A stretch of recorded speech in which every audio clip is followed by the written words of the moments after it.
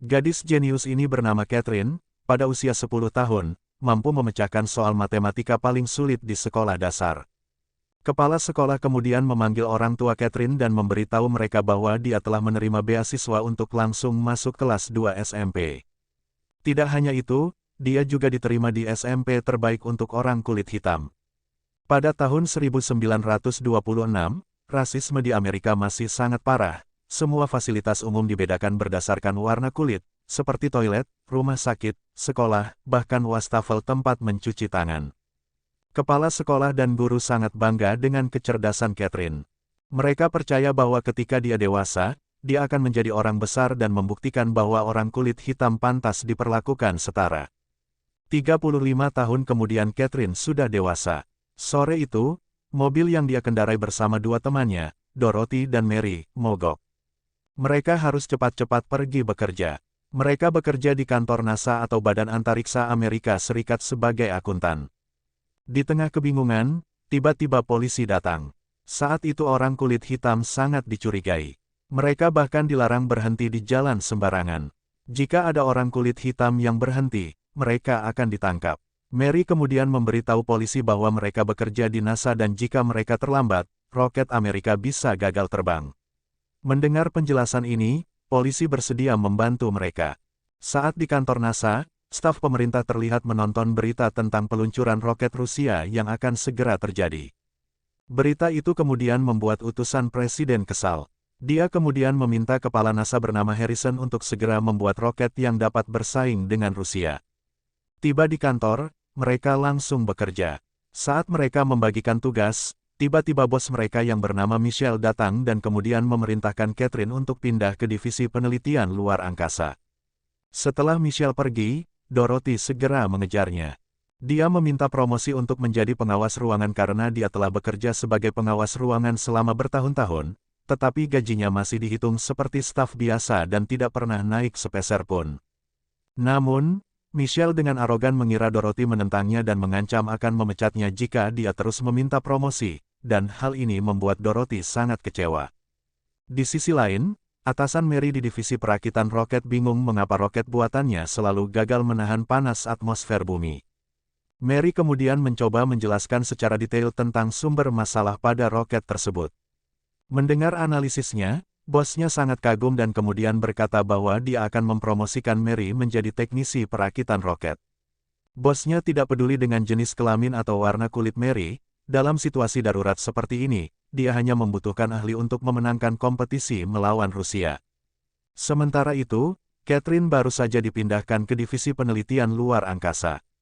Dia bahkan dikira petugas kebersihan saat bertemu Harrison. Tanpa basa-basi, Harrison langsung bertanya apakah Catherine bisa menyelesaikan rumus data koordinat peluncuran roket.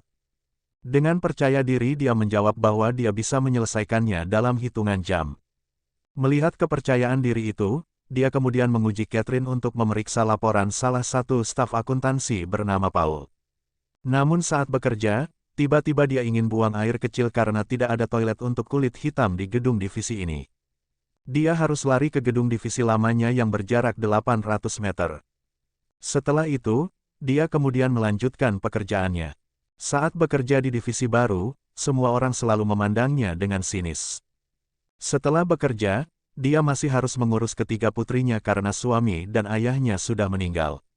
Catherine menjadi pencari nafkah tunggal bagi keluarganya. Untungnya masih ada ibunya yang setiap hari membantu menjaga anak-anak di rumah. Minggu pagi setelah ibadah, Dorothy dan Mary mencoba menjodohkan Catherine dengan seorang tentara bernama Jim. Meskipun Catherine menolak, dia tetap dibiarkan berjalan-jalan sendirian. Jim berkata dia tidak menyangka NASA menerima pegawai wanita kulit hitam. Kalimat itu menyinggung Catherine dan dengan menahan rasa kesal dia berkata alasan NASA menerimanya adalah karena dia adalah siswa kulit hitam pertama yang menerima beasiswa ke Universitas Kulit Putih terbaik di Virginia. Jadi Jim bisa membayangkan betapa pintarnya dia. Jim kemudian terdiam dalam hati, bertanya-tanya mengapa dia marah. Keesokan harinya di kantor, saat dia ingin mengambil kopi, dia melihat teko kopi kecil yang bertuliskan khusus untuk kulit hitam. Dalam hatinya dia hanya bisa bersabar dan kemudian kembali bekerja. Tak lama kemudian, Paul datang memberikan berkas rumus.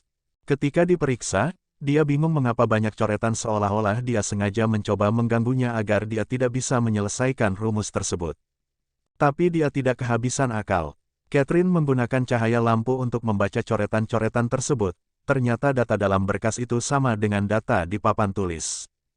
Karena tidak terlihat jelas, Catherine kemudian memilih bekerja langsung di papan tulis. Ketika dia pergi ke toilet, Harrison, Paul, dan seluruh tim penelitian bingung dengan perhitungan Catherine. Selama ini mereka telah bekerja keras untuk menyelesaikan rumus tersebut, tetapi dalam hitungan menit saja dia berhasil menyelesaikannya sendiri. Di dalam ruangan Harrison, Catherine sedang diinterogasi oleh beberapa pegawai. Paul bertanya bagaimana rumus tersebut bisa diselesaikan padahal dia sudah mencoret banyak data. Catherine kemudian menjelaskan secara detail bagaimana dia melakukannya. Setelah mendengar itu, Harrison kemudian menegur Paul dan mengatakan bahwa mulai sekarang dia harus memberikan data sebanyak mungkin agar proyek ini bisa cepat selesai. Saat mereka beristirahat, Michelle datang menghampiri mereka. Dia bertanya apakah benar Mary ingin dipromosikan menjadi teknisi perakitan roket. Michelle menginformasikan bahwa aplikasi Mary harus ditolak karena dia belum memenuhi satu syarat utama, yaitu Mary bukan lulusan Universitas Kulit Putih. Tidak peduli seberapa tinggi pengetahuan Anda, jika Anda tidak lulus dari Universitas Kulit Putih, Anda tidak akan pernah menjadi teknisi di NASA. Meskipun terluka, Mary terdiam tanpa bisa berbuat apa-apa. Beberapa hari kemudian, pada siang hari, Dorothy terlihat membawa kedua anaknya ke perpustakaan kota. Namun, saat dia memilih buku, dia ditegur oleh seorang wanita. Wanita itu mengusirnya, mengatakan bahwa perpustakaan ini bukan tempat untuk orang kulit hitam. Setelah keluar dari bus, dia mengeluarkan sebuah buku yang diam-diam diambil dari perpustakaan. Dia menasihati kedua anaknya bahwa jika mereka ingin dihormati saat dewasa, mereka harus pintar. Suatu malam, Dorothy mengadakan pesta di rumahnya. Di sana Catherine bertemu Jim. Saat itu Jim mencoba meminta maaf jika kata-katanya saat pertemuan pertama menyakiti hatinya. Dia kemudian mengajak Catherine berdansa romantis untuk menebus kesalahan. Ketulusan Jim membuatnya luluh. Namun di tengah dansa, tiba-tiba terdengar berita radio yang melaporkan bahwa Rusia telah berhasil meluncurkan roket dan berhasil menjelajahi planet satu putaran penuh. Sejenak suasana menjadi hening. Pagi-pagi sekali di kantor, Harrison mengumumkan bahwa mulai saat ini semua orang harus bekerja lembur sampai roket yang mereka buat bisa terbang ke luar angkasa dengan sukses. Tetapi beberapa hari kemudian, meskipun semua orang telah bekerja lembur terus-menerus, uji coba roket tetap gagal. Keesokan harinya, NASA membeli mesin canggih untuk menghitung rumus koordinat titik secara otomatis, tetapi sayangnya tidak ada satupun pegawai NASA yang bisa mengoperasikannya. Pada malam hari saat tidak ada orang yang mengetahui adanya mesin hitung baru, Dorothy menyelinap ke ruang mesin kemudian mempelajari cara kerja mesin tersebut sepanjang malam. Keesokan harinya dia menjelaskan dengan mesin baru ini pekerjaan akuntan kulit hitam bisa terancam digantikan. Sementara itu, Mary pergi ke pengadilan untuk mengajukan permohonan masuk ke salah satu universitas pria kulit putih. Setelah mendapatkan jadwal sidang, dia bergegas kembali ke kantor dan kemudian memberitahu bosnya bahwa dia tidak ingin menyerah, dia akan berusaha sekuat tenaga untuk masuk ke universitas pria kulit putih untuk menjadi insinyur roket. Beberapa hari kemudian, Harrison bertanya-tanya mengapa Catherine sering pergi saat jam kerja padahal belum waktunya istirahat. Melihat kondisi Catherine yang basah kuyup, dia sangat marah. Dia bertanya-tanya mengapa Catherine harus meninggalkan pekerjaan setiap hari bahkan selama 40 menit. Dengan mata berkaca-kaca, Catherine meluapkan kemarahan yang telah lama dia pendam. 40 menit per hari dia habiskan hanya untuk ke toilet. Orang kulit hitam tidak diperbolehkan naik sepeda, jadi setiap hari dia harus pergi ke gedung divisi lama sejauh 800 meter dengan sepatu hak tinggi karena di gedung ini tidak ada toilet untuk kulit hitam. Harrison pasti tidak pernah tahu bahwa di sini ada teko kopi hitam. Seberapa pintar atau seberapa baik pekerjaannya, orang akan tetap merasa jijik dengan kulit hitamnya. Mendengar curahan hati Catherine, semua orang di ruangan itu terdiam. Setelah puas meluapkan isi hatinya, Catherine kemudian meminta izin untuk pergi ke toilet lagi. Keesokan harinya terjadi keributan di gedung NASA. Pada hari itu, Harrison menghancurkan tanda hitam yang ditempel di semua toilet di gedung NASA. Sebelum pergi, dia berkata bahwa di NASA, urin kita semua berwarna sama. Mulai sekarang tidak ada lagi toilet putih atau hitam. Bulan demi bulan berlalu, masa percobaan berakhir, dan pada tanggal 5 Mei tahun 1961, saatnya peluncuran roket resmi pertama Amerika Serikat. Roket manual berhasil terbang ke luar angkasa, orang-orang Amerika merayakan keberhasilan itu. Para pembuat roket NASA kemudian menerima penghargaan dari Presiden John F. Kennedy. Tidak puas sampai di situ, dalam pidatonya, Presiden Kennedy mengatakan bahwa Amerika akan terus menjelajahi luar angkasa untuk memenangkan persaingan dengan Rusia. Hari demi hari, hubungan Catherine dan Jim semakin dekat. Sementara itu, di pengadilan, Mary terlihat berusaha meyakinkan hakim. Dia mengajukan permohonan masuk ke Universitas Kulit Putih untuk menjadi insinyur wanita pertama di NASA. Mungkin sekarang Mary belum mencapai apa-apa, tetapi dia yakin dalam beberapa tahun ke depan namanya akan diabadikan sebagai salah satu wanita terhebat di dunia, dan itulah saatnya nama hakim juga akan tercatat sebagai hakim pertama yang memberikan kesempatan kepada orang kulit hitam untuk belajar di Universitas Kulit Putih.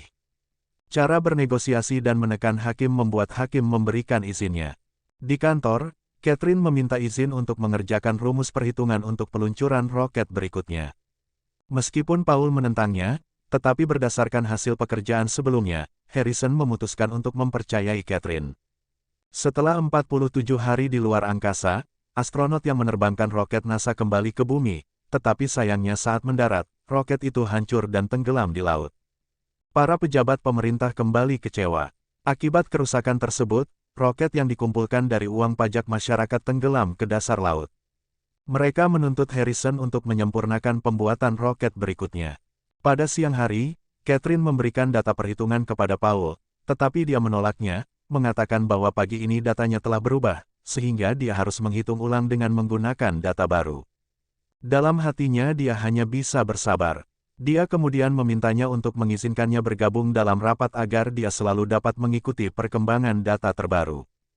Sayangnya, dia masih menyuruhnya menghitung data yang ada dan tidak menentang. Keesokan harinya, sama seperti kemarin, perhitungan Catherine kembali ditolak oleh Paul. Tak lama setelah itu, Harrison datang. Dengan putus asa dia meminta izin langsung kepada bosnya agar dia bisa menghadiri rapat. Setelah terus-menerus memohon, dia akhirnya mengizinkannya masuk ke ruang rapat. Para astronot dan pejabat pemerintah telah berkumpul. Harrison melaporkan bahwa saat ini tim peneliti masih dalam tahap menghitung koordinat untuk peluncuran dan pendaratan roket. Namun, utusan pemerintah tidak puas dengan laporan tersebut. Mereka menginginkan angka yang lebih jelas. Karena kehabisan kata-kata, dia harus meminta Catherine untuk menghitung langsung di hadapan semua orang. Semua orang sangat kagum. Rumus yang sulit yang selama ini tidak dapat diselesaikan berhasil diselesaikan oleh Catherine hanya dalam hitungan menit. Dengan santai Harrison berkata bahwa data akan selesai dalam beberapa hari. Di sisi lain, setelah mempelajari lama cara kerja mesin hitung otomatis NASA, hari itu Dorothy diam-diam mencoba mengoperasikan mesin tersebut. Ketika mesin itu berjalan, tiba-tiba dua petugas datang. Para petugas bingung mengapa mesin itu bekerja meskipun tidak ada yang dapat mengoperasikannya. Keesokan harinya, Michelle melihat Dorothy, lalu melaporkan bahwa bosnya ingin Dorothy mengoperasikan mesin hitung NASA dan memecat semua akuntan kulit hitam lainnya. Ternyata petugas kemarin melaporkan kepada atasannya. Dorothy menjawab jika dia akan menerima posisi tersebut dengan syarat semua akuntan kulit hitam lainnya juga harus bekerja di sana bersamanya. Michelle tidak bisa berbuat apa-apa selain setuju. Pada malam hari pertama Mary di perguruan tinggi, dosennya bingung mengapa ada wanita kulit hitam. Dia menjelaskan bahwa dia terdaftar secara resmi di kampus ini karena memiliki izin. Semua orang di kelas tidak bisa berbuat apa-apa. Meskipun sendirian di antara pria kulit putih, dia tetap bersemangat untuk belajar. Ketika Catherine pulang kerja, dia terkejut melihat orang-orang di rumahnya berpakaian rapi. Mereka juga menyiapkan makan malam khusus untuknya. Tak lama setelah itu, Jim datang. Dia berlutut dan melamar wanita pujaannya. Tidak ada yang bisa dia lakukan selain menangis bahagia dan berkata bahwa dia siap. Namun di balik momen bahagia itu, ada juga momen sedih. Keesokan harinya, Harrison memberitahu bahwa dalam waktu dekat kalkulator otomatis NASA akan beroperasi, jadi mulai sekarang divisi penelitian luar angkasa tidak membutuhkan keterampilan matematika Catherine lagi. Dia harus kembali ke divisi lamanya dan bergabung dengan akuntan kulit hitam lainnya. Dia hanya bisa pasrah dengan keputusan tersebut. Sebelum pergi, Sekretaris Harrison memberinya kalung mutiara yang dibuat bersama oleh semua karyawan divisi penelitian sebagai kenang-kenangan. Beberapa hari kemudian, setelah kembali ke divisi lama, pesta pernikahan Catherine diadakan. Pada tanggal 20 Februari tahun 1962, peluncuran roket kedua Amerika dimulai dan disiarkan di semua TV dan stasiun radio. Kali ini misi Amerika bukan hanya terbang keluar angkasa tetapi juga mengelilingi orbit seperti yang dilakukan Rusia. Di ruang operator, Harrison bertanya kepada Paul mengapa data perhitungan mesin hari ini berbeda dari data perhitungan mesin kemarin. Dia kemudian menghubungi astronot untuk memberitahu mereka tentang perbedaan data ini. Mendengar berita tersebut, astronot memintanya untuk segera memanggil Catherine. Astronot itu percaya pada wanita kulit hitam itu karena dia telah melihat langsung bagaimana Catherine menghitung. Jika setelah penghitungan ulang nanti dia mengatakan koordinatnya akurat, maka dia akan melanjutkan misinya, tetapi jika salah, maka misi dibatalkan. Dia kemudian memerintahkan salah satu stafnya untuk segera mencari Catherine. Sambil berlari menuju gedung divisi, rekan kerja Catherine yang dulu akhirnya merasakan kelelahan berlari 800 meter yang biasa Catherine rasakan setiap hari hanya untuk pergi ke toilet. Pada saat yang sama, para astronot juga sedang dalam perjalanan menuju roket. Ketika tiba, staf Harrison segera menyerahkan koordinatnya kemudian memohon kepada Catherine untuk menghitung semuanya secepat mungkin melawan waktu. Setelah selesai menghitung, dia segera berlari ke stasiun operator. Ketika dia ingin pergi, Harrison tiba-tiba keluar dan menyuruhnya masuk. Untuk pertama kalinya dalam hidupnya, dia bisa merasakan sendiri bagaimana situasi di ruang operator NASA. Harrison kemudian melaporkan kepada astronot bahwa hasil perhitungan koordinatnya cocok dan astronot dapat melanjutkan misi mereka. Di Cape Canaveral, hitungan mundur dimulai. Gambar-gambar ini berasal dari Cape Canaveral. Roket berhasil diluncurkan ke luar angkasa. Semuanya terlihat baik-baik saja di gedung pegawai kulit hitam. Ketika Dorothy ingin pulang, Michelle datang memberikan surat penunjukan resmi sebagai kepala divisi mesin hitung.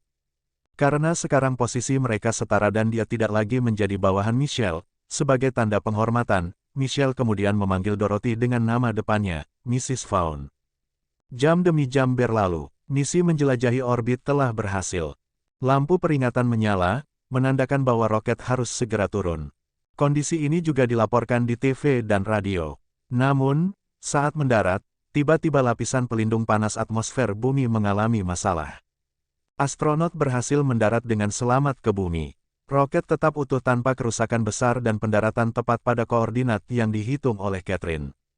Mendengar berita bahagia tersebut, semua orang Amerika bersorak. Sementara yang lain merayakan kesuksesan mereka, Harrison mendatangi Catherine lalu berkata, "Kerja bagus." Sebelum pergi, sambil bercanda dia bertanya, "Bisakah kita terbang ke bulan?" Dia dengan percaya diri menjawab, "Kami semua siap." Lalu, mereka semua merasa senang, mengetahui bahwa mereka telah memberikan kontribusi besar untuk program luar angkasa Amerika. Sementara itu, Catherine dan rekan-rekannya di divisi akuntan kulit hitam menerima pujian atas kerja keras mereka. Catherine merasa dihargai dan diakui atas kecerdasan serta dedikasinya yang luar biasa. Di saat yang sama, Mary terus berjuang di Universitas Kulit Putih. Meskipun tantangan dan diskriminasi masih ada, dia tidak pernah menyerah. Dia mendapatkan dukungan dari beberapa teman sekelas dan dosennya, yang kagum dengan ketekunan dan kemampuannya. Perlahan tapi pasti, Mary mulai membuktikan bahwa dia layak menjadi insinyur wanita pertama di NASA. Dorothy, yang sekarang resmi menjadi kepala divisi mesin hitung, terus berinovasi dan memimpin timnya dengan bijaksana. Dia memastikan bahwa setiap anggota timnya, baik kulit hitam maupun putih, bekerja sama dengan harmonis dan efisien. Keahliannya dalam mengoperasikan mesin hitung otomatis NASA menjadikannya sosok yang sangat dihormati di seluruh organisasi. Hari-hari berlalu, dan program luar angkasa Amerika semakin maju. Banyak peluncuran dan misi berhasil dilakukan berkat kontribusi dari orang-orang seperti Catherine, Dorothy, dan Mary. Mereka telah membuktikan bahwa ketekunan, kecerdasan, dan kerja keras dapat mengatasi segala rintangan, termasuk diskriminasi rasial dan gender.